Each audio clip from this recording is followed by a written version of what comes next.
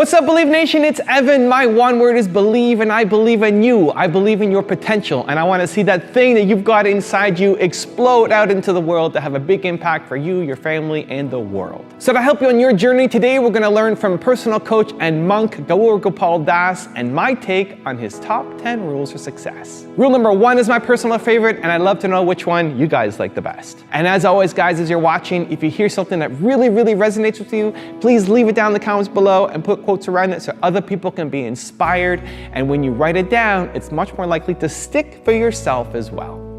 Enjoy.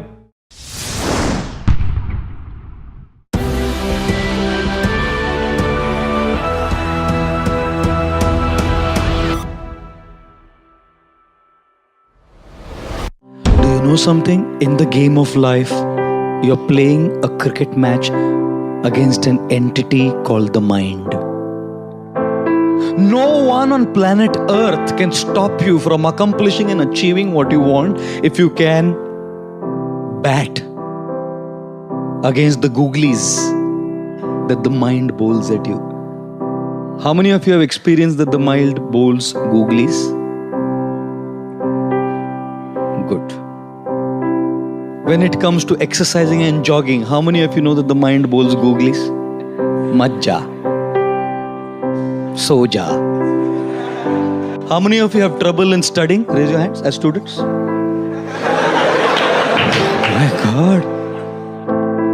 And you come here, you hear all of these things. Don't get distracted by WhatsApp. Don't get distracted by internet pornography. Don't get distracted by Twitter. Don't get distracted by Facebook. Study. Don't get distracted by birds to do bird watching. Study. All these distractions. इधर आके कुछ उपदेश देते हैं कुछ लोग साधु लोग आपको. उस पे बाद भी फेल होता है. So one father was telling his son, देख तेरे क्लास में वो लूसी है ना, लूसी देख फर्स्ट आई है वो, और तू नालायक फेल हो गया. वो बोला देख के ही फेल हो गया मैं उसको. देख के ही तो फेल हुआ मैं उसको. I'll tell you something. My God. Why? Because the mind doesn't want you to win the game of life. How many of you wanted to wake up early in the morning? Raise your hands. Only wanted, I asked. Wanted to wake up early in the morning. And how many of you have done something called as setting an alarm clock? And then after setting the alarm clock, that's an alarm. Whether you want it or not, it rings. And when it rings, the mind puts its first googly. What does the mind do? By putting the googly, makes you clean bowled when you do the first snooze. You are out. You are out. If you snooze, you are out. I want to say one thing. Just one. And probably this will change the direction of your life. You know something? When you snooze the alarm, what happens? You decide to give in to the mind's ball. And this is how your morning begins. By giving in to the mind. सवेरे की शुरुआत होती है इस bowler से clean bowled होके. आगे क्या मैच जीतेंगे? ये तो दिन की शुरुआत है. By giving in. And it's no problem giving in. Sleeping 5 minutes extra is no problem. The problem is you develop the attitude of giving in. You tell yourself that what I decided last night is not as important. What is important is what the mind says. Because we listen. I'll tell you something, my humble advice. Because it's not just about getting up in the morning, it's about every aspect of life. Whether it's your work, if you're working, whether it's your study, if you're studying, whatever we do. The problem is, it's not about one thing. सवेरे हो गया ना, it reflects in every area of life. इसलिए मैं कहता हूँ, अगर 4 बजे नहीं उठना, मालूम है ना अपने से नहीं होता, 4:20 का अलार्म लगाओ, लेकिन 4:20 को उठो. Don't allow that snooze. There is a concept called sledging in cricket, where the opponent team comes and gives gali to the batsman. Gali, they try to distract them and take their focus away. One thing that Sachin is adored for in the history of cricket is sledging hasn't bothered him. This man is cool. Are you cool? When people do sledging against you in the game of life, are you cool? Or you lose your cool? There will always be people who are out of control. Can you stop a guy from criticizing you?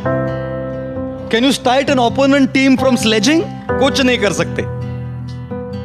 It's called things which are out of our control. People are out of our control sometimes. Are situations in your control many times? No. The guy who was batting was expecting an in-swing ball. And that's what the bowler bowled. And one gush of wind, an in-swing becomes an outswing. And is caught out.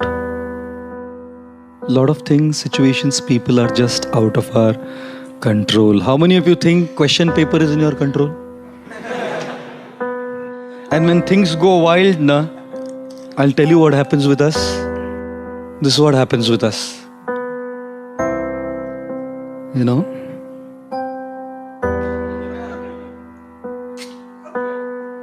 This is what happens with us, see? See how it foams up? We react.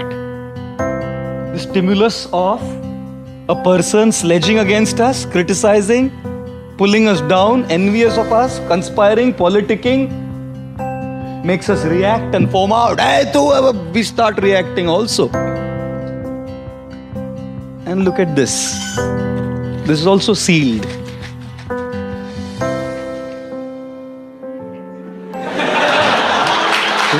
The question is, do you want to be a 7-Up can or a Oxy-Cool bottle of water? And I'm sure a lot of us would say, Prabhu ji, हमको तो दूसरा कुछ सोचता ही नहीं है प्रभु जी. And thus, in our life, we will always have a stimulus. And we can choose to respond because between the stimulus and response is our choice. A great personality is not born in the maternity ward. A great personality is born by the choices that one makes. And therefore, when there are all kinds of stimuli, we have to learn how to respond. If we are not strong spiritually, it is impossible. If we are not strong culturally, it is impossible.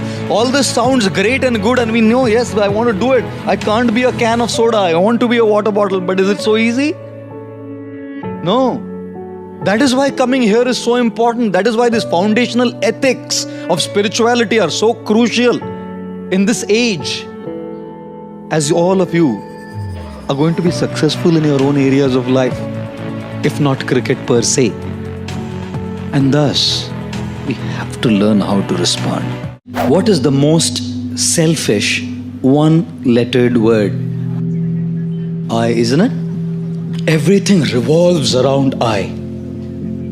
iPhone, iPad, iPod, and the man says, I paid. What do you do? Everything revolves around the I. And what does I stand for? I stands for expectations. I should be treated like this. I should be loved like this. I should be dealt with like this. I should be respected like this. I should be given these many marks. I should not be given this. You're all leading a life of super high expectations. Everything revolves around my opinions, my desires, my likes, my dislikes. I love this, I want this, I don't want this. I. You think life will be a very happy life when it revolves around I?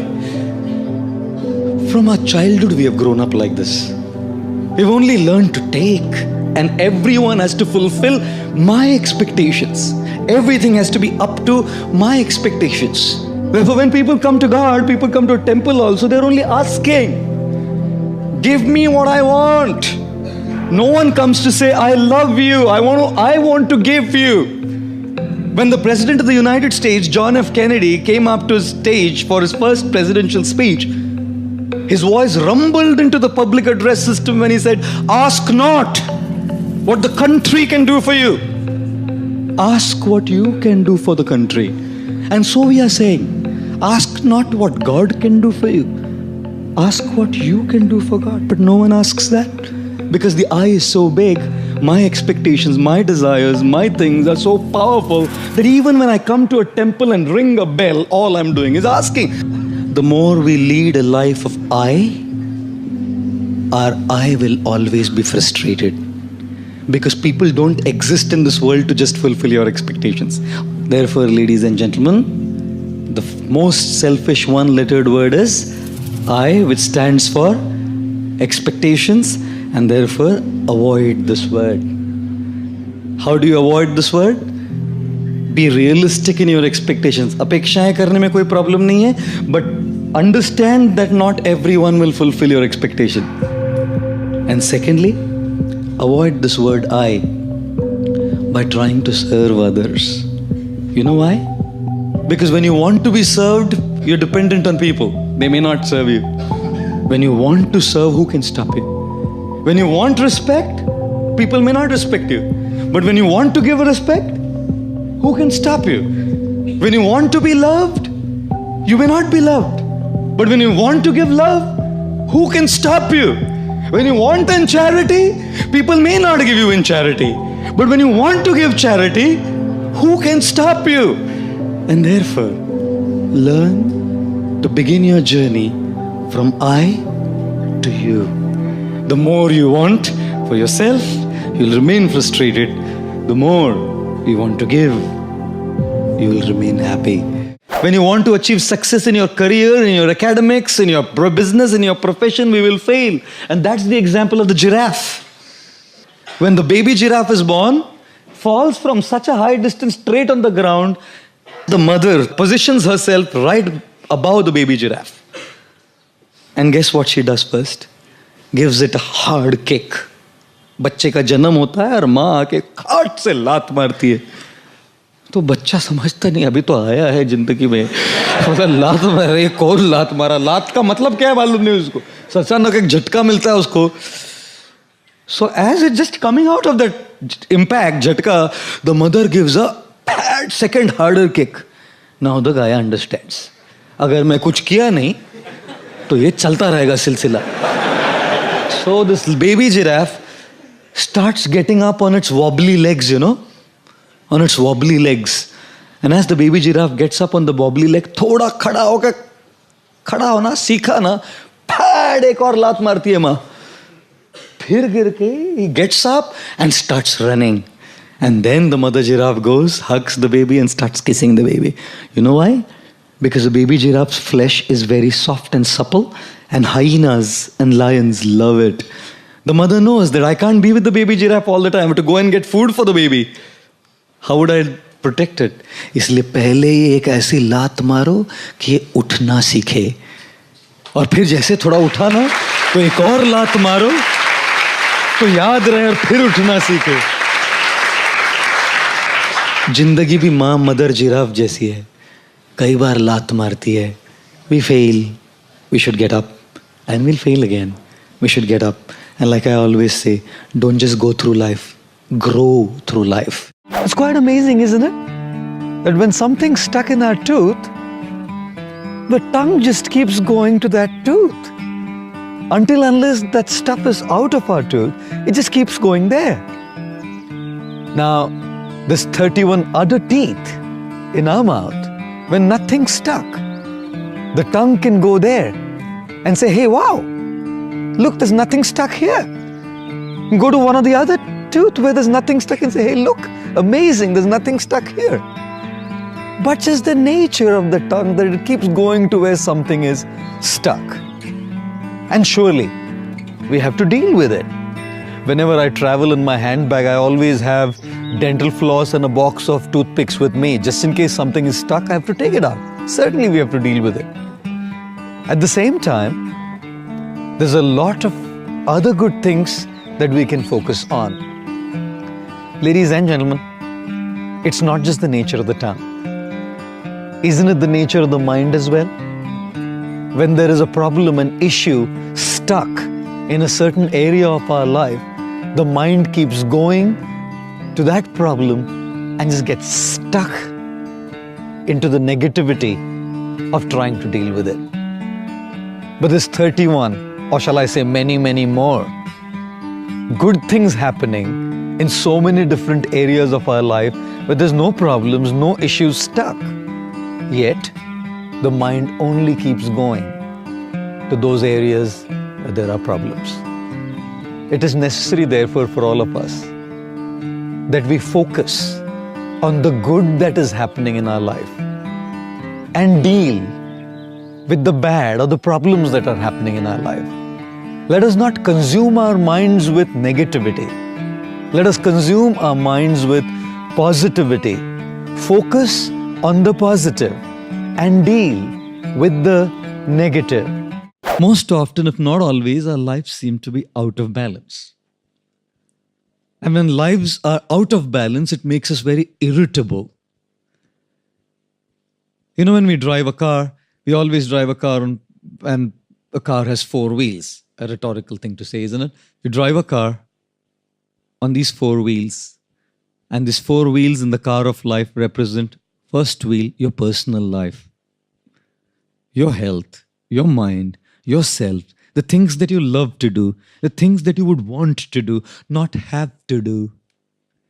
Most times we live a life of have to do. I have to study, I have to work, I have to pay my bills, I have to pay the taxes, I have to do this and I have to do that. I have to go for this social function. I don't have a choice. I have to. Where did the love to go? We just end up living a life of have tos and have forgot about our own selves. By subscribing to the pressures that come from all fronts in our lives, we've forgotten to live our own lives. We don't have time to unwind. We don't have time to spend with our own selves.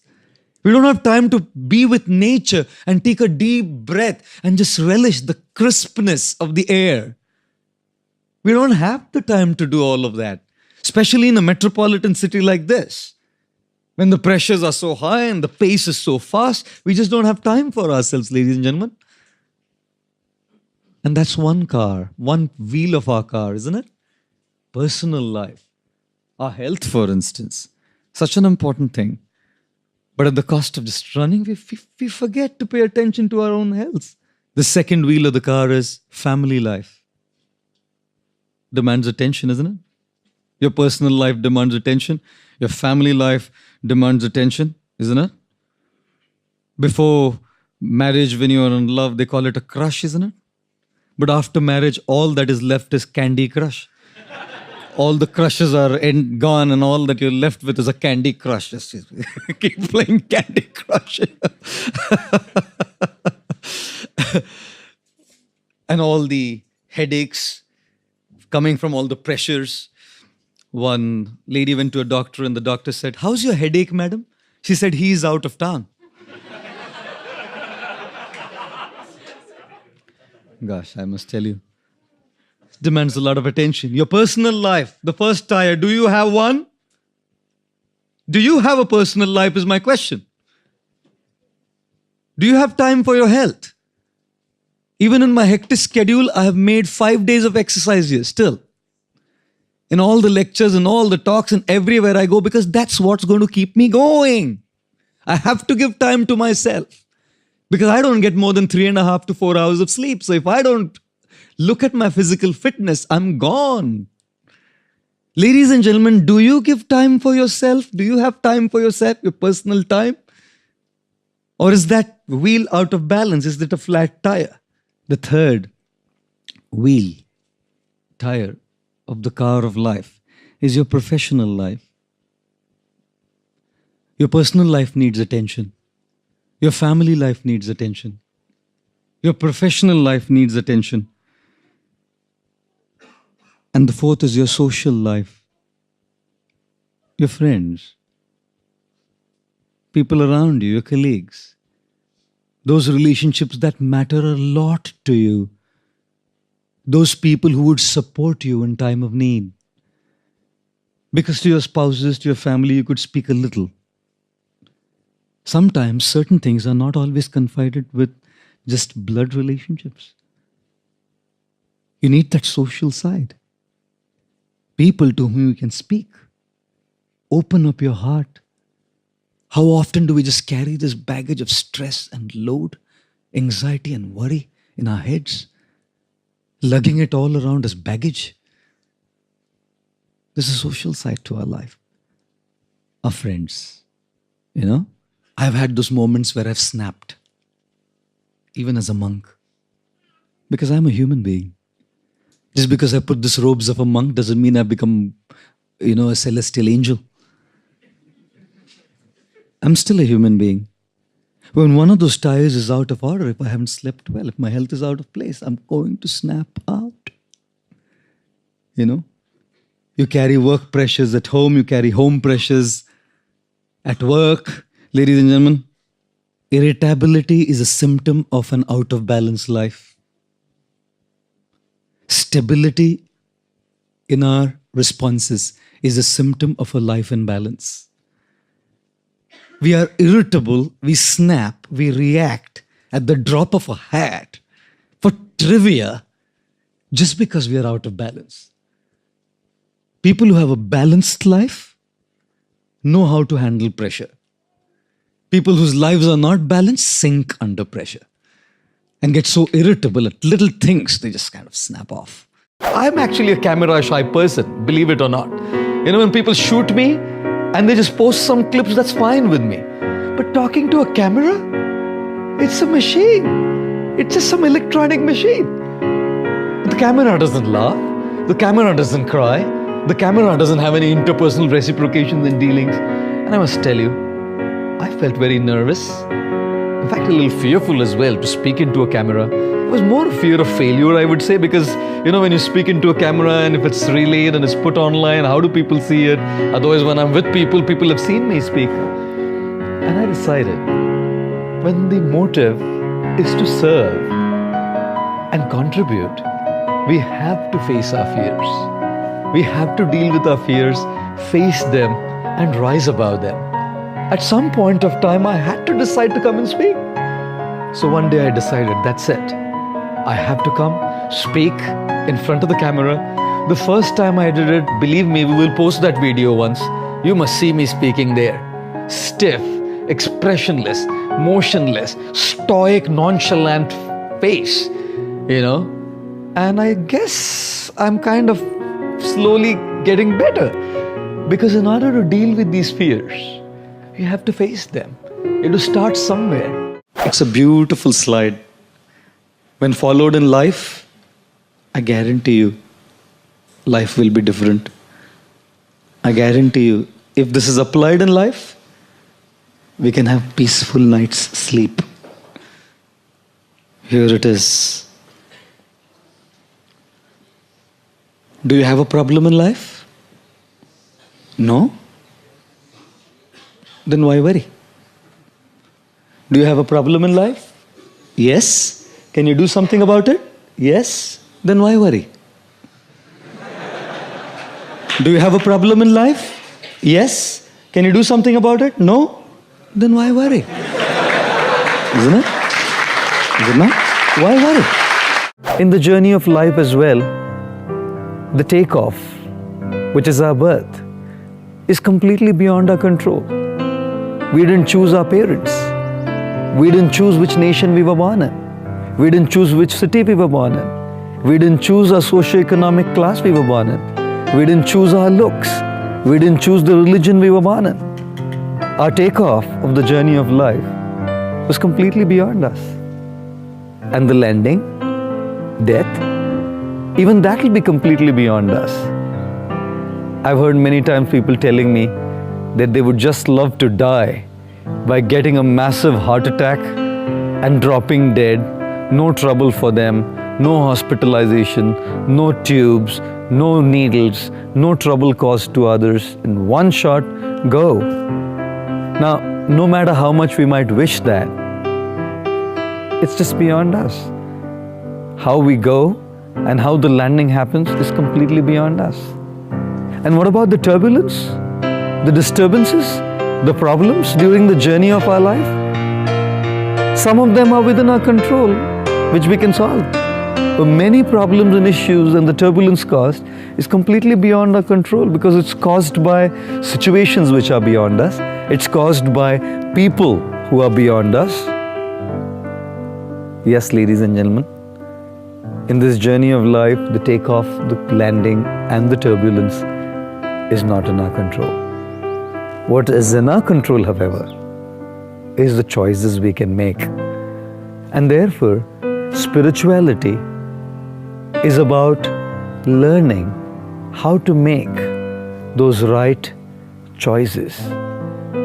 When we learn to make those right choices, we learn to live a transformed, happy, fulfilled life despite all the turbulence and problems that are going on around us. It is said, when we are beautiful, it's God's gift to us. When we live our life beautiful, it is our gift to God. Therefore, being a male is a matter of birth. Being a man is a matter of age. Being a gentleman is a matter of choice. And as a corollary to that, being a female is a matter of birth. Being a woman is a matter of age. Being a gentlewoman is a matter of choice. Let us all take to spiritual wisdom, learn to make the right choices which are within our control as our gift to God, and thus live our lives as thorough and perfect, ladies and gentlemen. I was telling the story the other day. This is my favorite story. I just keep sharing it all the time. This is what really happened. You can't believe this, but this happened. I came to London Heathrow once, and at London Heathrow, I came to the immigration officer, and this immigration officer, elderly man, he said, "So what are you here for?" I said, "To give talks." He said, "Then are you living at your Watford centre?" I said, "Yeah." He said, "How long will you stay here for?" I said, "About 2 weeks." He said, "And can I ask you a personal question?"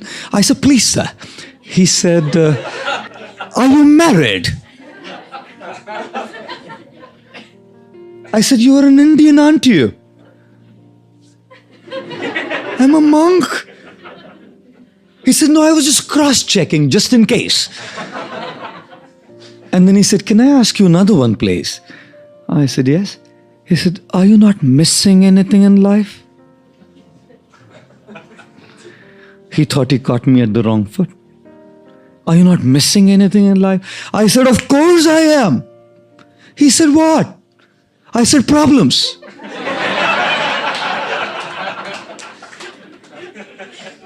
You know what? He loved my answer. Believe me, hand on my heart, he stamped my passport, and as I'm walking out of the gate, he put his hand on my head, blessing me, said, "Son, remain like this. Son, remain like this. You will never have to go through any issues and your problems in life." God, you know what? I mean, it's nice to laugh at, but as I walked through the gate, I turned to him and told him, "Look, gentlemen, I must tell you something. Don't think that me as a monk is free from problems.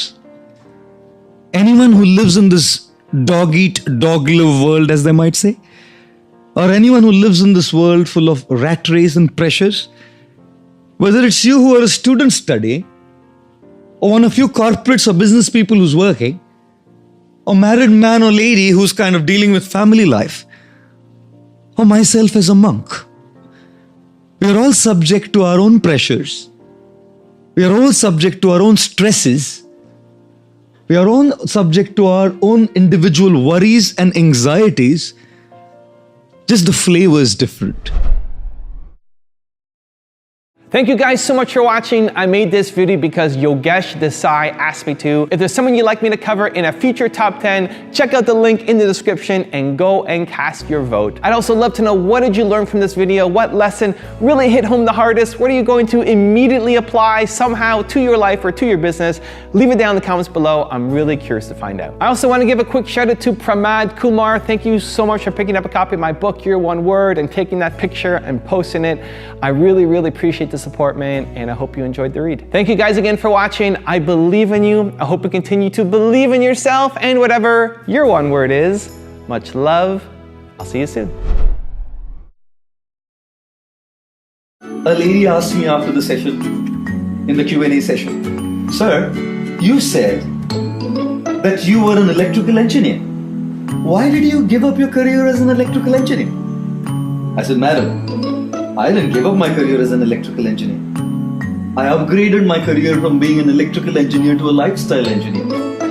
And I said to her, each of us, based on our particular faculties of knowledge, should be contributing to the world's solutions to problems. Engineering is all about offering solutions to problems. All engineers are offering solutions to problems. All bodies of knowledge offering solutions to problems. And I thought mine is one, offering solutions to problems related to lifestyle. And therefore life is all about breathing. Rhythmic breathing. I was mentioning this in the Mantra Lounge last night. You can't just breathe in and keep the breath there, can you? You can't just breathe out and keep the breath there, can you? The smooth rhythm of breathing in Sanskrit is called yajna. The 4th chapter of the Bhagavad Gita calls the smooth rhythm of breathing as yajna, where you take to give. You take, you give. It's taking in, giving out. Taking in, giving out. Yes, we must take, because if you don't take, how will you give? If you don't feel hope, how will you bring hope to someone? If you don't feel loved, how will you bring love to someone? If you don't feel uplifted, how will you uplift someone? If you don't have resources, how will you share resources with others? So have, take, be successful, earn a lot, get there, and serve. Give your time, give your resources, give your mind, give hope, give love, give something. Money is not wealth. Money is just a part of wealth. And you must have it, obviously. All of you are looking forward to having money, and you must obviously have it, but it's just a part of wealth. 2nd of February 2005, I was lying in a monastery, in our ashram, on the wooden floor, exhausted, tired from the anxiety last night. And suddenly a fellow monk, one of my friends, came up to me and woke me up, saying, "He's leaving. He's leaving." I got up, gathering myself together, rushing to go to the room where my dear friend, Stoka Krishnadas, was leaving his body. Memories were flashing through my mind as I was rushing towards this room. He was a monk with me, had stayed together, we'd stayed together. At a certain point, he had decided to move on and get married. He went out, he'd taken a job in the hospital we run, the Bhaktivedanta Hospital, as a librarian. He'd just gotten married, his wife was pregnant, and while the wife was pregnant, he was diagnosed with melanoma cancer. He decided that he wanted to leave the body in the monastery where he spent most of his time. We had brought him to our monastery. As this memories flashed in my mind and I was rushing there, I remembered every day I went to sing God's names to him on the harmonium. My tear-filled eyes as I cried, seeing a dear friend struggling with melanoma cancer. Every single time I looked at him, my vision was blurred because it was someone so dear. Yet, this gentleman was amazing. He had a beaming face. All the excruciating pain that he went through hadn't affected his determined resolve. You look at his face. Look at that smile. No morphine was working on him. I realized this stuff works. His wife had given birth to a baby girl. They brought the baby girl to right next to him. It was the last time she would see him. It was the last time his wife would ever be with him. Ladies and gentlemen, as I walked to the room, my Guru, Radhanath Swami, the author of the popular book, The Journey Home, was right next to him, giving him hope. I was astounded. Inside the little room, there were so many people. I was standing right next to him with my Guru Radhanath Swami. Outside were 450 members of our community, all together chanting the names of God. What I saw here was a man who didn't have a Lamborghini. What I saw here was support. What I saw here was people. People who were there to financially support him. People who were there to medically support him. People who were there to spiritually support him. People who were there to emotionally support him. I was amazed at the kind of support this man had given. You know something? When you're born, people love you. And when you die, people love you. In between, you have to manage. And this man had managed truly well. He had invested so much in relationships with his people that when he was in dire need, people had come to him. Ladies and gentlemen, yes, it is important for us to have support. Wealth doesn't just mean money. Wealth means money plus people and support. One gentleman said, do you know what's the difference between complete and finished? He said, if you find the right partner, you're complete. If you find the wrong partner, you're finished. But if you find the right one catching you with the wrong one, you're completely finished.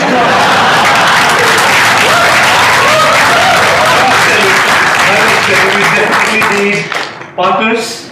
We definitely need friends. We definitely need professional therapists. We definitely need people who can support us. And therefore I say, if you wanted to truly how rich you are, drop a tear and see how many hands come forth to wipe that tear. That's how rich you actually are. That's that. So let me give you the one word secret to happiness. One word. This is all you need to be happy. It's the most important word ever.